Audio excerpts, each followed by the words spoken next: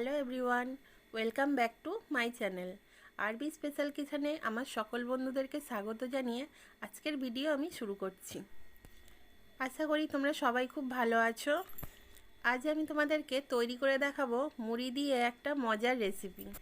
এই রেসিপিটা তোমরা ব্রেকফাস্টেও ব্যবহার করতে পারো কিংবা বাচ্চাদের টিফিনেও এটা ব্যবহার করতে পারো, বা রাতে যখন মাঝে মাঝে ডিনার করতে ভালো না লাগে তখন তোমরা এটা ডিনার হিসাবেও ব্যবহার করতে পারো।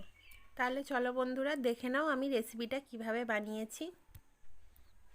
প্রথমে আমি এখানে 100 গ্রাম মুড়ি নিয়ে নিয়েছি। তোমরা তোমাদের পরিমাণ মতন মুড়ি নিয়ে নেবে। এর মধ্যে আমি হাফ গ্লাস জল দিয়ে একটা চামচের সাহায্যে মুড়িগুলো নাড়িয়ে নাড়িয়ে ভিজিয়ে নেব। তো দেখো বন্ধুরা, আমি এইভাবে ভালো করে নাড়িয়ে নাড়িয়ে ভিজিয়ে নিয়েছি সব মুড়িগুলো। এবারে আমি 10 মিনিটের জন্য এটাকে ঢাকা দিয়ে রেখে দেবো।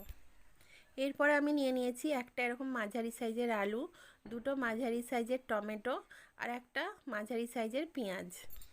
এবারে আমি এগুলোকে ছোট ছোট করে কেটে নেব। তো দেখো বন্ধুরা, আমি এগুলো সব ছোট ছোট করে কেটে নিয়েছি এইভাবে।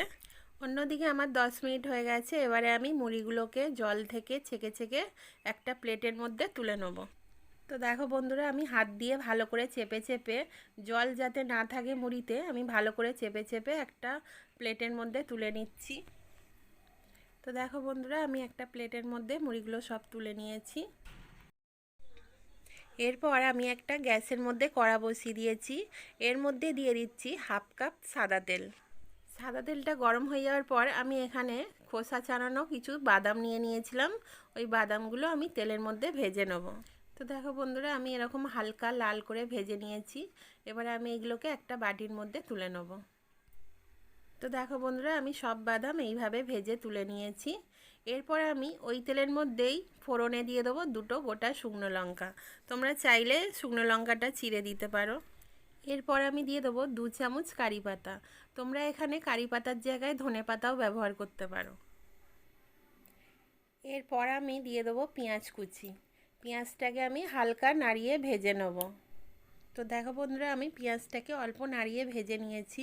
এবারে আমি এর মধ্যে দিয়ে দেবো আলু কুচি। আলুটাকেও আমি অল্প নাড়িয়ে হালকা করে ভেজে নেব।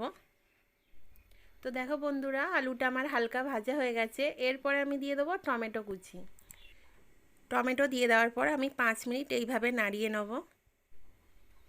এরপর আমি এতে দিয়ে দেবো পরিমাণ মতো নুন আর দিয়ে দেবো অল্প একটু সামান্য হলুদ। সব কিছু দিয়ে দেওয়ার পর আমি 5 মিনিটের মতন এটা ভালো করে নাড়িয়ে নেব। এরপরে আমি এর মধ্যে ভিজিয়ে রাখা মুড়িগুলো দিয়ে দেবো। এটাকে ভালো করে নাড়াচাড়া করে নেব যাতে মুড়িগুলো মশলার সাথে ভালো করে মিশে যায়। এরপর আমি এর মধ্যে ভেজে রাখা বাদামগুলো দিয়ে দেবো। দিয়ে আমি ভালো করে নাড়িয়ে নেব। তো দেখো বন্ধুরা, আমি এটা কিছুক্ষণের জন্য নাড়াচাড়া করে নিলাম। এরপর আমার এইটা পুরোপুরি রেডি হয়ে গেছে সার্ভ করার জন্য। এরপর আমি একটা প্লেটের মধ্যে এটাকে সার্ভ করে নেব। তো বন্ধুরা, আমার এই রেসিপিটা কেমন লাগলো অবশ্যই তোমরা আমাকে কমেন্টে জানিও। রেসিপিটা ভালো লাগলে লাইক শেয়ার করে দিও। আর প্লিজ আমার চ্যানেলটা সাবস্ক্রাইব করে আমাকে সাপোর্ট করো। আর এই রকম নিত্য নতুন রেসিপি পাওয়ার জন্য পাশে থাকা বেল আইকনটা ক্লিক করে অল নোটিফিকেশান অন করে দিও। আজকের মতন এই পর্যন্তই। দেখা হচ্ছে আবার কোনো নতুন রেসিপি নিয়ে। সবাই সুস্থ থেকো, ভালো থেকো।